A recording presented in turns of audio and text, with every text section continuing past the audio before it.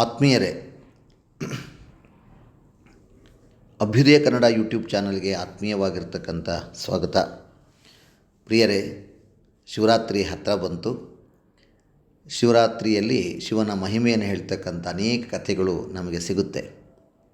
ಆದರೆ ನಾನು ಈ ದಿನ ನಿಮ್ಮ ಜೊತೆಗೆ ಹಂಚಿಕೊಳ್ತಿರ್ತಕ್ಕಂಥದ್ದು ಭಕ್ತ ಕವಿ, ಬಹಳ ಪ್ರಸಿದ್ಧನಾಗಿರ್ತಕ್ಕಂಥ ಶರಣರ ಆ ಜೀವನವನ್ನು ರಗಳೆಗಳನ್ನಾಗಿ ಮಾಡಿ ರಗಳೆ ಕವಿಯಂತೆ ಪ್ರಸಿದ್ಧನಾಗಿರ್ತಕ್ಕಂಥ ಹರಿಹರ ಬರೆದಿರ್ತಕ್ಕಂಥ ಒಂದು ರಗಳೆಯನ್ನು ಇವತ್ತು ನಾನು ನಿಮ್ಮ ಜೊತೆಗೆ ಹಂಚ್ಕೊತಾ ಇದ್ದೀನಿ.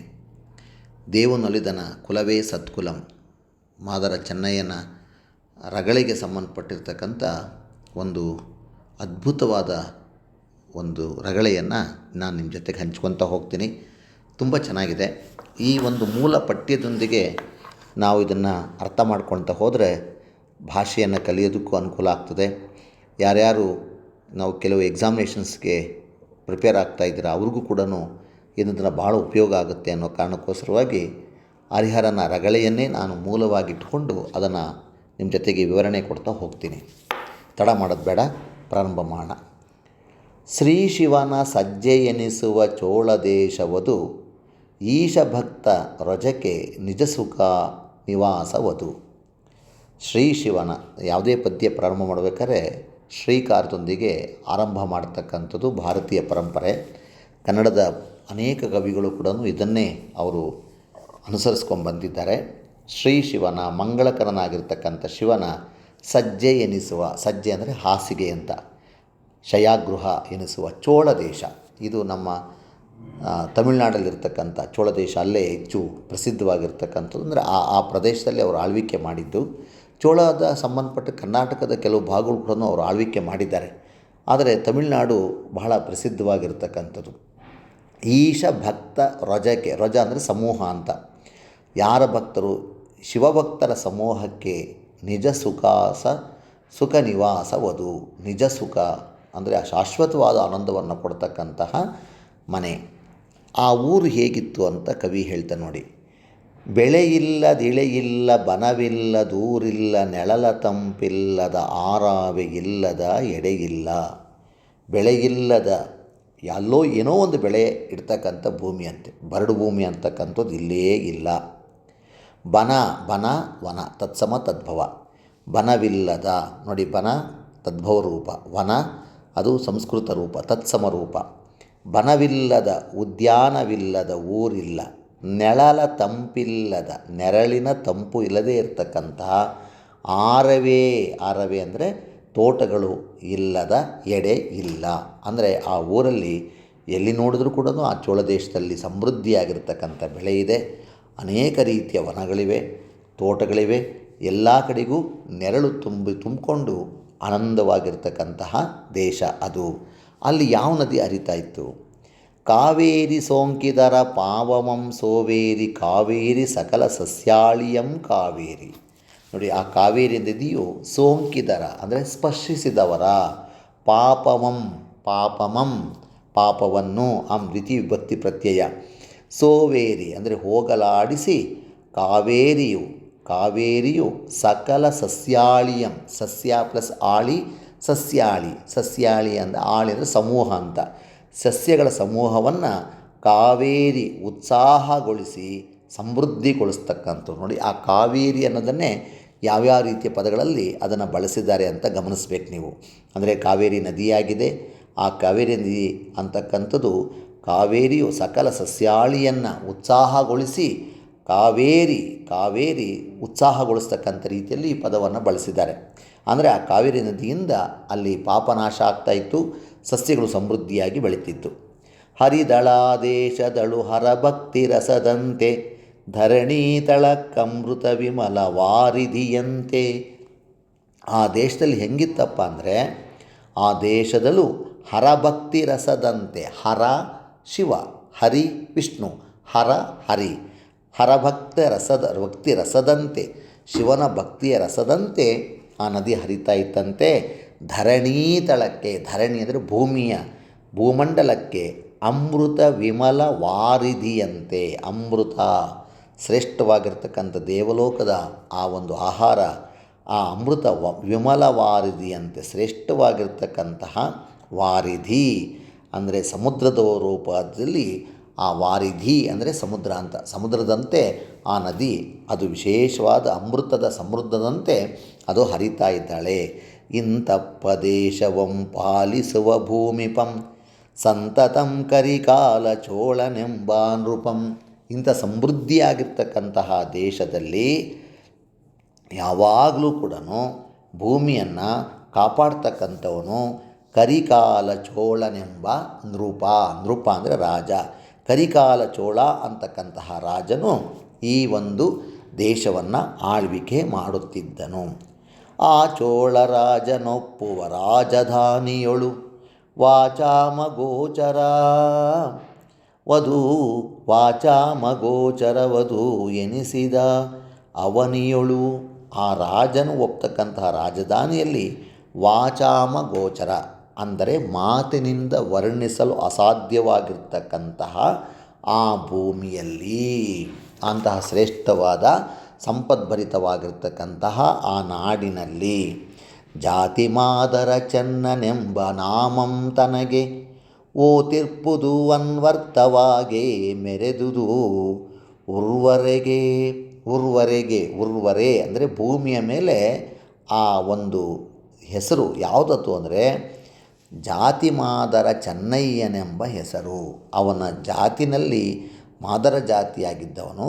ಅವನು ಓತಿ ಪ್ರೀತಿಯಿಂದ ಕೂಡಿದು ಮೆರೆದು ಶೋಭಿಸುತ್ತಾ ಇತ್ತಂತೆ ಉರ್ವರೆಗೆ, ಭೂಮಿಯ ಮೇಲೆ ಅನ್ವರ್ಥವಾಗುವಂತೆ ಅವನು ಆ ನಾಡಿನಲ್ಲಿ ಅವನು ಜೀವನವನ್ನು ಮಾಡುತ್ತಿದ್ದ. ಯಾರು?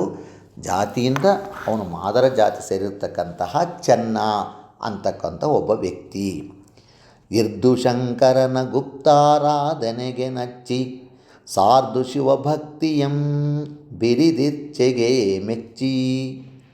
ಇರ್ದು ಈ ರೀತಿ ಇದ್ದು ಮಾದರ ಚೆನ್ನೆಂಬ ಆ ಭಕ್ತನು ಶಿವನ ಶಂಕರನ ಗುಪ್ತಾರಾಧನೆಗೆ ಅಂದರೆ ಗುಪ್ತವಾದ ಭಕ್ತಿಗೆ, ಬಹಿರಂಗಪಡಿಸದೆ ತನ್ನಲ್ಲಿ ತಾನೇ ಒಳಗಡೆ ಆ ಗುಪ್ತವಾದ ರೀತಿಯಲ್ಲಿ ಅವನು ಶಿವನ ಪೂಜೆಯನ್ನು ಮಾಡ್ತಿದ್ದಂತೆ.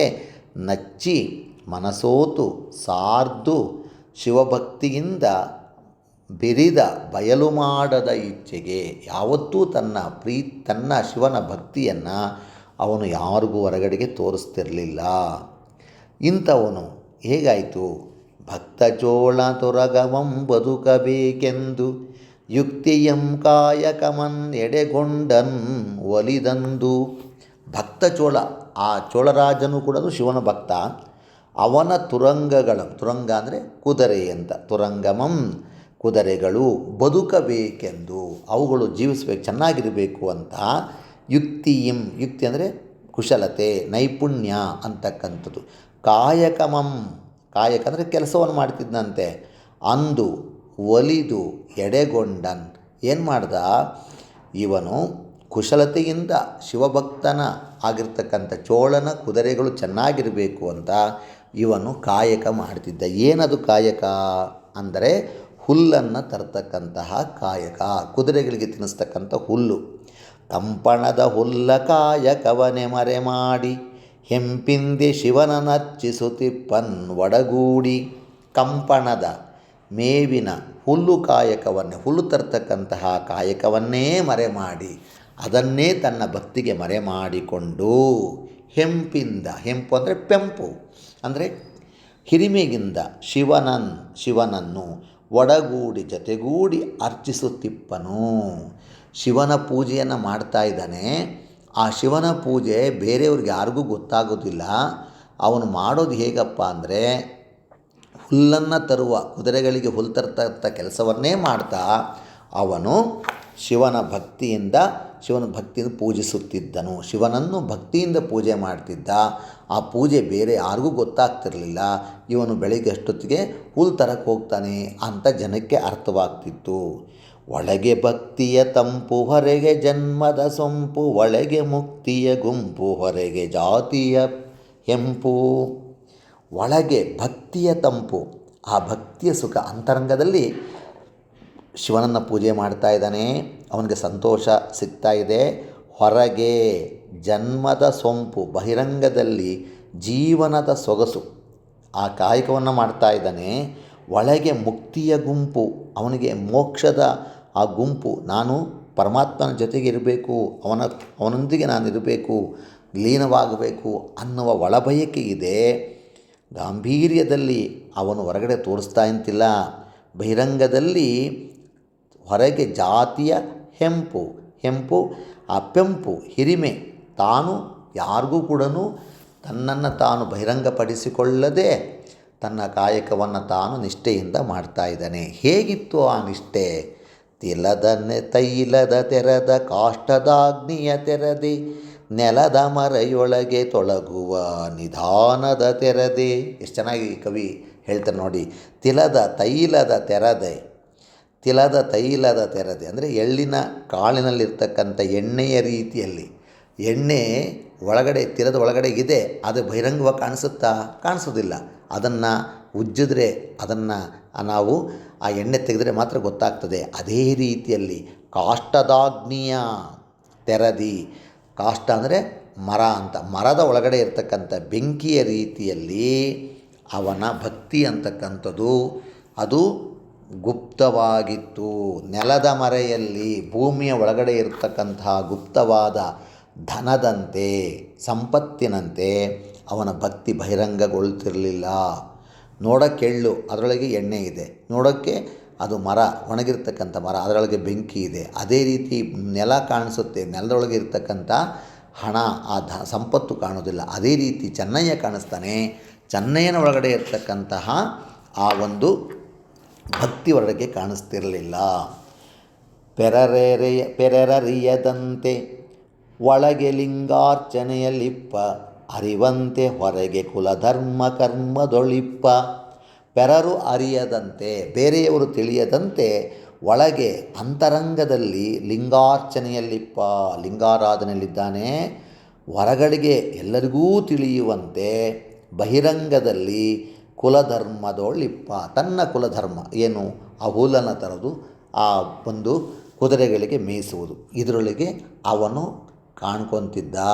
ಆದರೆ ಒಳಗಡೆ ಏನು ಮಾಡ್ತಿದ್ದ? ಅವನು ಪೂಜೆಯನ್ನು ಮಾಡ್ತಿದ್ದ, ಶಿವನ ಆರಾಧನೆ ಮಾಡ್ತಿದ್ದ.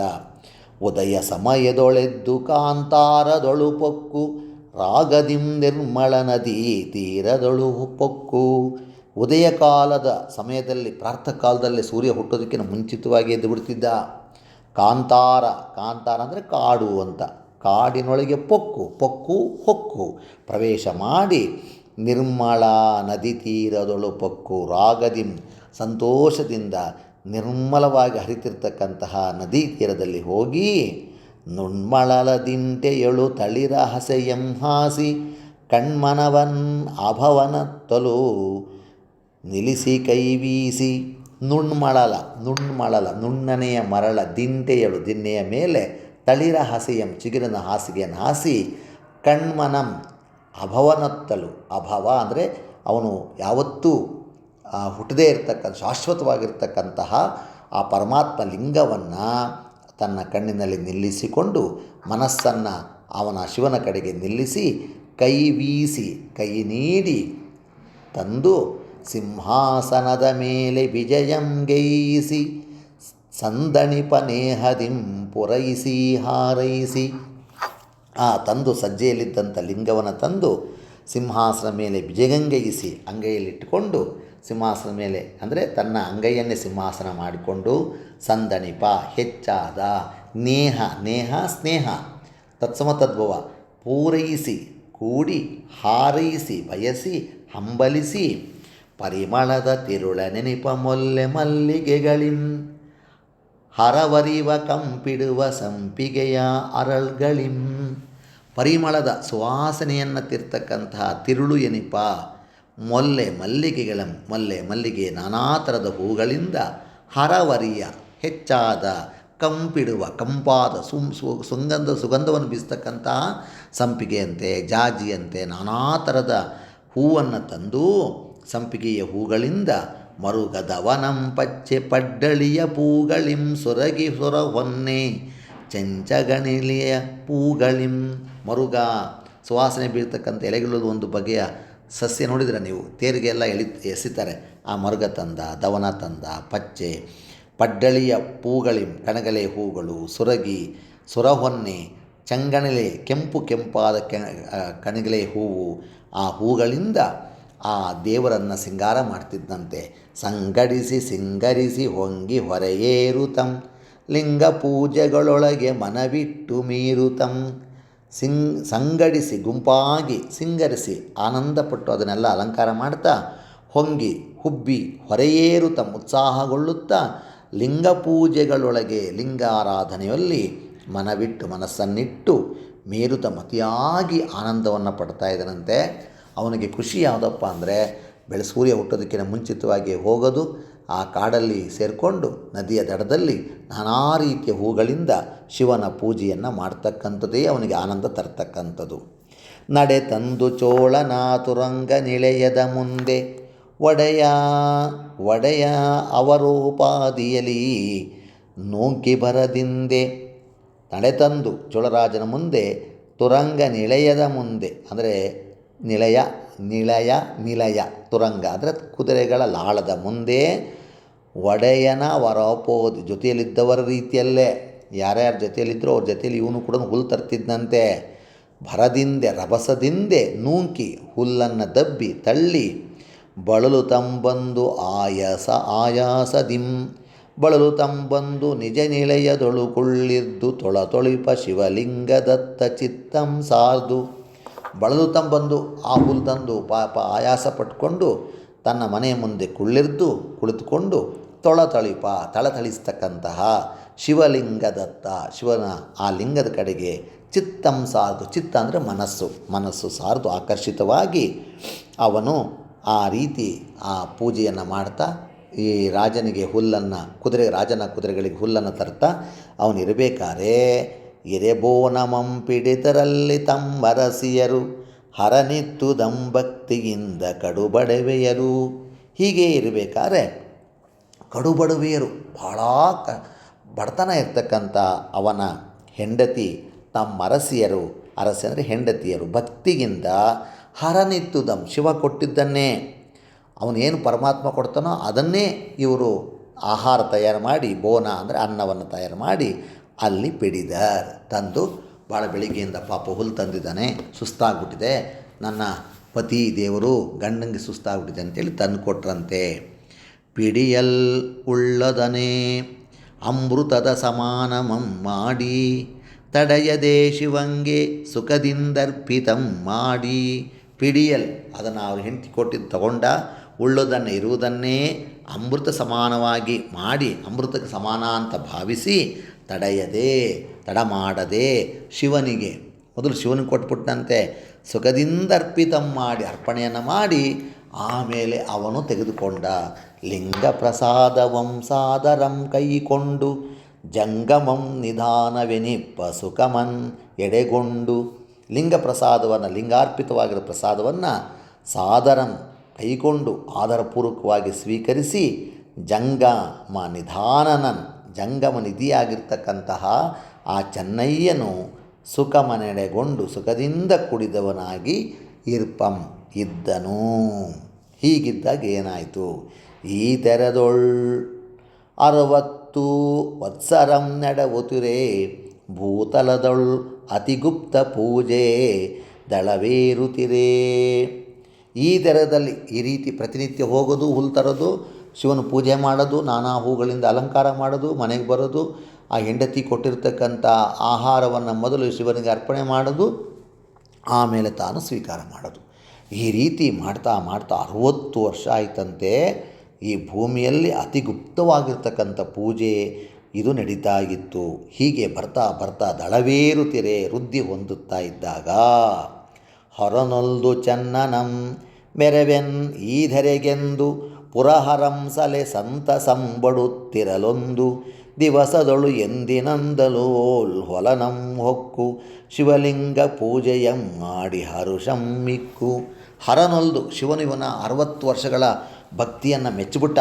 ಈ ಚೆನ್ನಯ್ಯನನ್ನು ನಾನು ಮೆರೆಸ್ತೀನಿ, ಅವನನ್ನು ಪ್ರಸಿದ್ಧಿಪಡಿಸ್ತೀನಿ, ಈ ಭೂಮಿಯಲ್ಲೆಲ್ಲ ಅವನ ಆ ಭಕ್ತಿಯನ್ನು ನಾನು ಪ್ರಸಾರ ಮಾಡ್ತೀನಿ ಅಂಥೇಳಿ ಪುರಹರಂ, ಪುರ ಅಂದರೆ ತ್ರಿಪುರ, 3 ಪುರಗಳನ್ನು ನಾಶ ಮಾಡಿದಂಥವನು ಶಿವ, ತ್ರಿಪುರ ಅಂತಕ್ಕಂಥದ್ದು. ಆ ತ್ರಿಪುರ ಸಂಹಾರಿ ಅಂತ ಶಿವನ ಕರೀತಾರೆ. ಯಾವ್ಯಾವುದು? ಬಂಗಾರದ, ಆಮೇಲೆ ಬೆಳ್ಳಿಯ, ಕಬ್ಬಿಣದ 3 ಪುರಗಳನ್ನು ನಾಶ ಮಾಡಿದಂಥವನು ಅಂತ ಶಿವನ ಕರೀತಾರೆ. ಅವನನ್ನು ಹಾಗಾಗಿ ಆ ಚೆನ್ನೈನನ್ನು ನಾನು ಅವನ ಪ್ರಸಿದ್ಧಿಗೊಳಿಸ್ತೀನಿ ಅಂಥೇಳಿ ತೀರ್ಮಾನ ಮಾಡ್ದ. ಹೀಗೆ ಸಂತೋಷವಾಗಿ ಇದ್ದಾಗ ಒಂದು ದಿನ ಎಂದಿನಂತೆ ಹೊಲವನ್ನು ಹೊಕ್ಕು ಹೊಲಕ್ಕೆ ಹೋಗಿ ಶಿವಲಿಂಗ ಪೂಜೆಯನ್ನು ಮಾಡಿ ಹರುಷದಿಂದ ಚೆನ್ನಯ್ಯ ಗಿದ್ದ.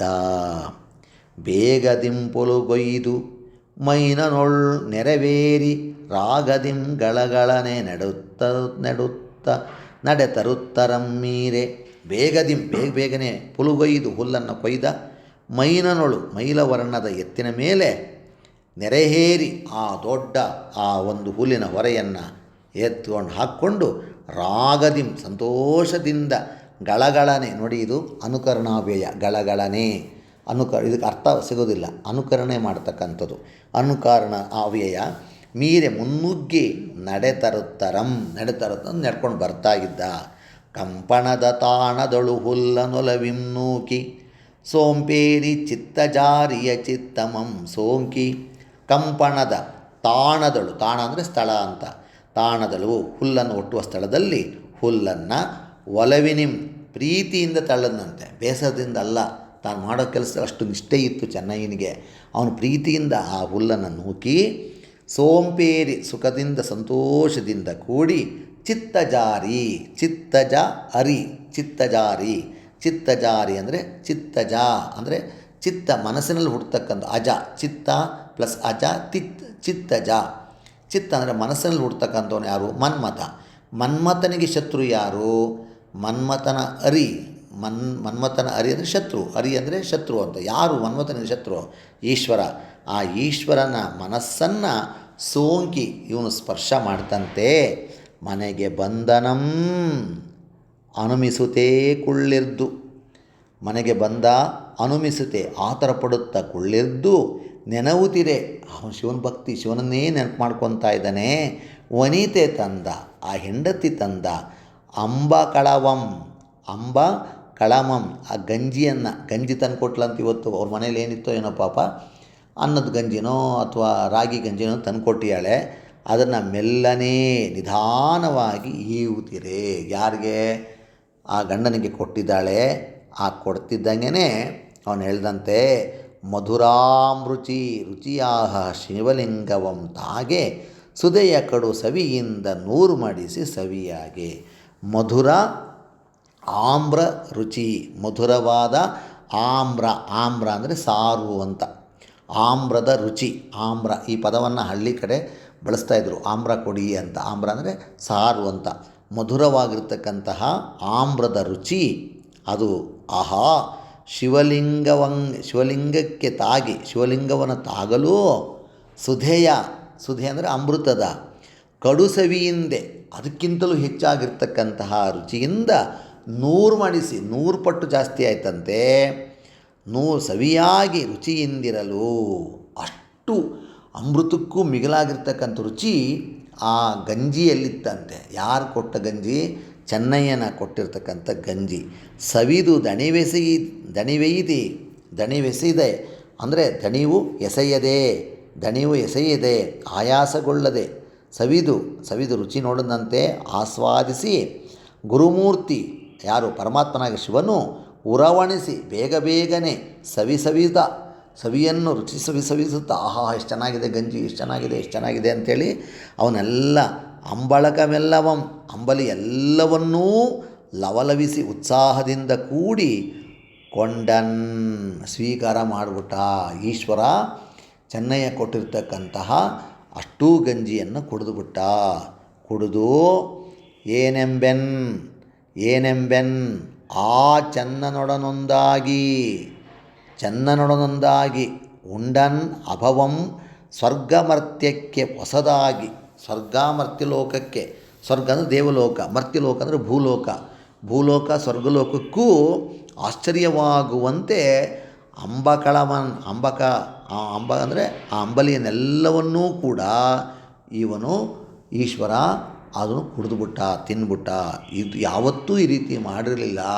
ಯಾರಿಗೂ ಆಶ್ಚರ್ಯವಾಗುವಂತೆ ಚೆನ್ನಯ್ಯ ಕೊಟ್ಟಿರ್ತಕ್ಕಂತಹ ಅಂಬಲಿಯನ್ನು ಅವನು ಸ್ವೀಕಾರ ಮಾಡ್ದ, ಊಟ ಮಾಡಿಬಿಟ್ಟ.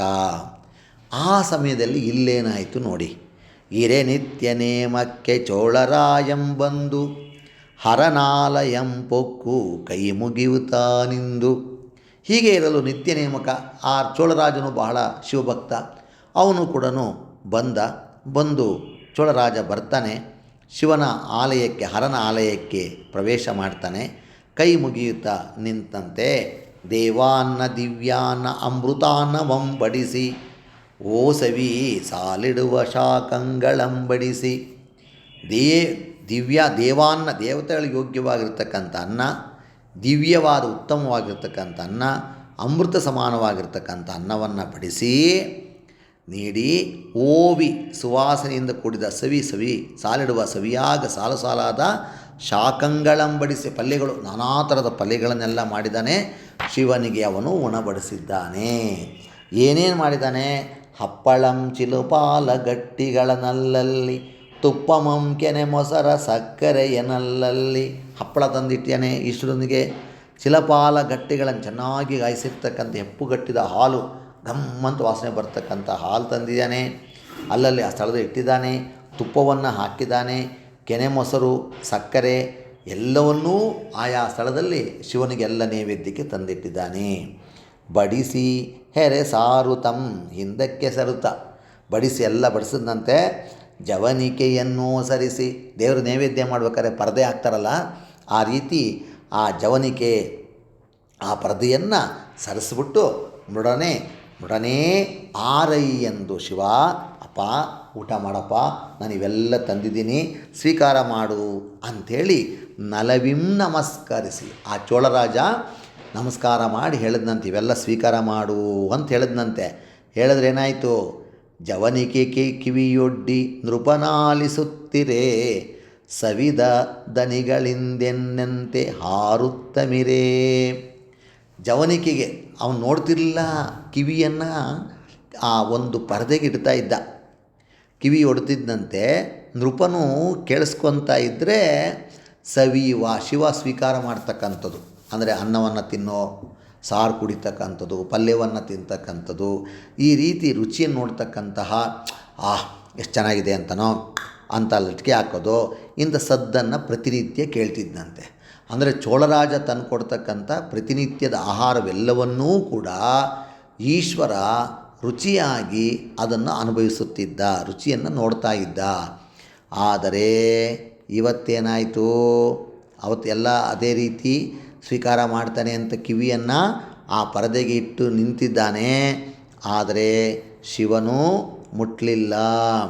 ಹರನಲ್ಲಿ ಮುಟ್ಟದೆ ಆರೈಯದಿರೇ ಪರಕಿಸದೆ ವಾಸಿಸದೆ ಲೆಕ್ಕಿಸದೆ ಸುಮ್ಮನಿರೇ.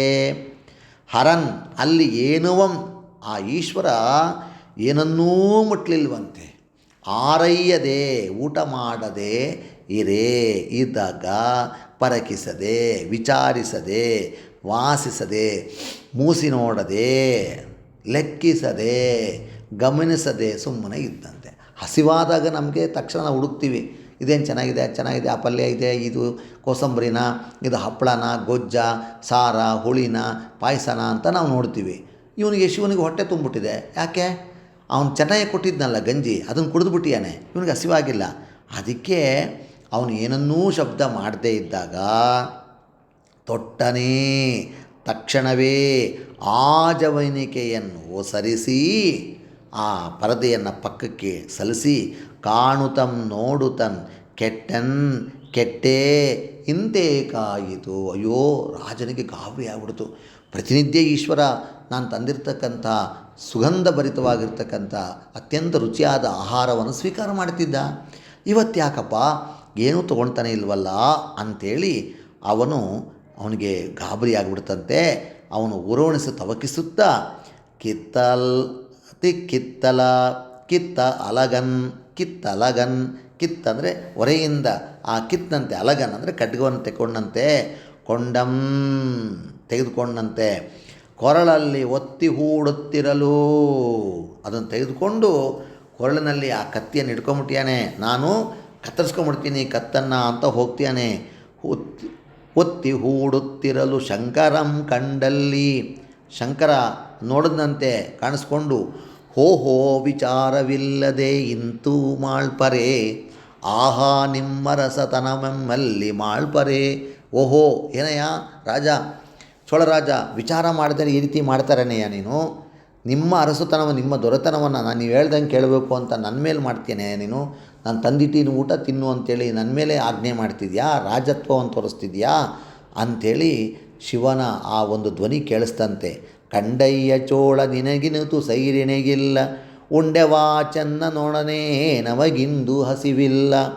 ಕಂಡಯ್ಯ ನೋಡಯ್ಯ ಚೋಳರಾಜ, ನಿನಗೆ ಸ್ವಲ್ಪವೂ ಕೂಡ ಸರಣೆ ಇಲ್ಲ, ತಾಳ್ಮೆ ಇಲ್ವಲ್ಲಪ್ಪ, ಸೈರಣೆ ಇಲ್ಲ, ತಾಳ್ಮೆನೇ ಇಲ್ಲ ನಿನಗೆ.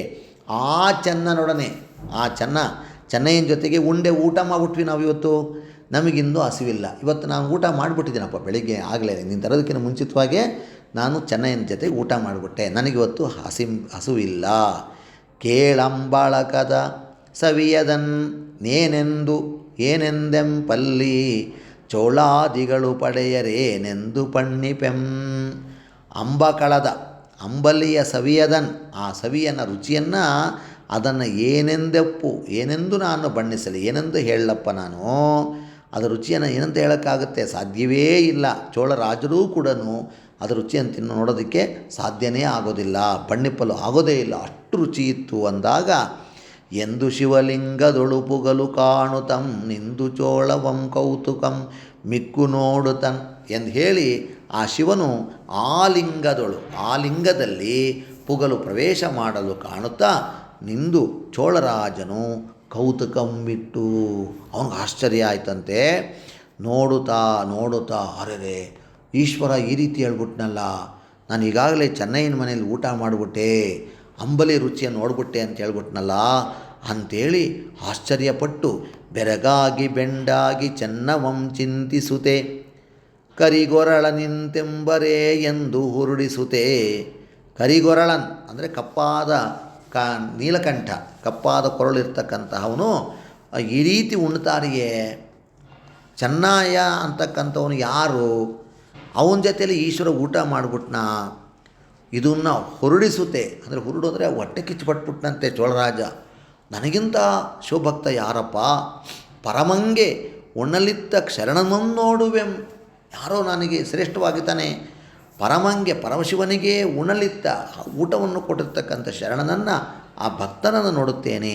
ಹರುಷದಿಂದ ಅವರ ಕರ್ಣವಂ ಸೂಡುವೆಂ, ಹರ್ಷದಿಂದ ಸಂತೋಷದಿಂದ ನಾನು ಅವರ ಕರುಣೆಯನ್ನು ನೋಡುತ್ತೇನೆ, ಧರಿಸುತ್ತೇನೆ ಅಂಥೇಳಿ ಅವನು ಅಲ್ಲಿಂದ ಹೊರಡ್ತಾನೆ. ನಡೆಯನುತ ಪೊರಮೊಟ್ಟನಲ್ಲಿ ಚೋಳಂ ಓರ್ಪಿಮ್ಮು ನಡೆ ತಪ್ಪ ಪರಿಜನ ಸ್ತೋಮದಿಂಭೂಮಿಪಂ. ಅವನೇನು ಮಾಡ್ದ, ಅಲ್ಲಿಂದ ಹೊರಟು ಬಂದಂತೆ ಚೋಳರಾಜ ನಡ್ಕೊಂಬರ್ತಾ ಇದ್ದಾನೆ. ಜನರ ಸಮೂಹ ಅವನ ಹಿಂದೆ ಬಂದ್ಬಿಡ್ತು. ಎಲ್ಲರಿಗೂ ಹೇಳಿದ್ದಾರೆ, ನೋಡೋಣ ಯಾರೋ ಇದ್ದಾರೆ, ಯಾರೋ ಶಿವಭಕ್ತನಂತೆ, ಅವನು ಈಶ್ವರನಿಗೆ ಗಂಜಿಯನ್ನು ಕುಡಿಸ್ಬಿಟ್ಟತೆ ಅಂತ ಹೇಳಿದ್ದಾರೆ ಅಂತ ಎಲ್ಲರೂ ಸೇರಿಕೊಂಡು ಚೋಳರಾಜನ ಜೊತೆಗೆ ಬರ್ತಿದ್ದಾರೆ. ಮುಂದಿನ ಆ ಎಪಿಸೋಡಲ್ಲಿ ನಾನು ಹೇಳ್ತೀನಿ ಆ ಕತೆ ಏನಾಯಿತು ಅನ್ನೋದನ್ನು ಮತ್ತೆ ಭೇಟಿ ಮಾಡೋಣ. ಎಲ್ಲರಿಗೂ ನಮಸ್ಕಾರಗಳು.